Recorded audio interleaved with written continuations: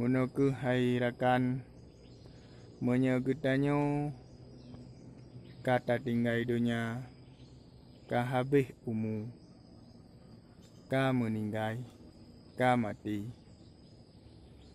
Urang udip jarang gejak kalian getanyo, menansit getanyo, ruh manteng udip.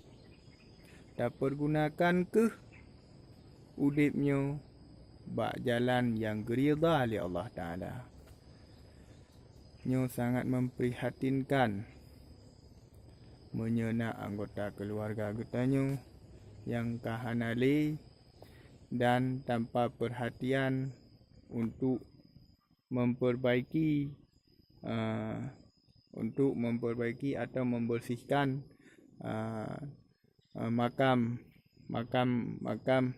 keluarga kita yang telah ditinggal, yang telah meninggal.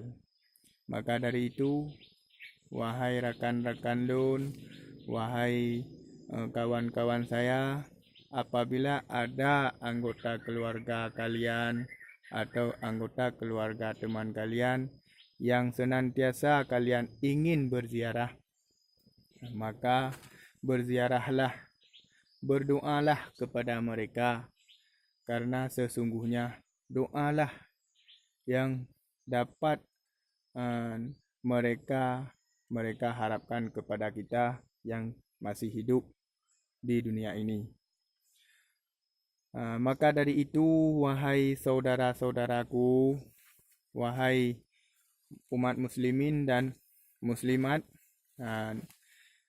ketahuilah yang bahawa anggota keluarga anda itu sangat berharga bagi anda semasih hidup maupun setelah meninggal.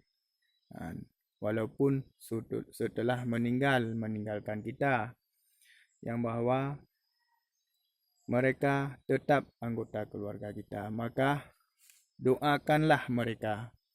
Jangan sampai seperti ini, kuburan tak terawat, dan sangat memperhatikan. Sesekali anda berkunjunglah. Jangan menunggu di hari raya, jangan menunggu di hari lebaran, tetapi berkunjunglah setiap saat untuk membersihkan makam-makam anggota keluarga anda. Hargailah mereka. Saya hari ini pun tak bawa apa-apa untuk membersihkan makam tersebut, karena saya pikir makamnya terawat dan dibersihkan. Tetapi suatu saat akan saya pergi ke sini untuk membersihkan makam tersebut. Terima kasih, dan pesan kepada kalian semua, jangan mengabaikan anggota keluarga kalian yang sudah tiada. Terima kasih. Wassalam.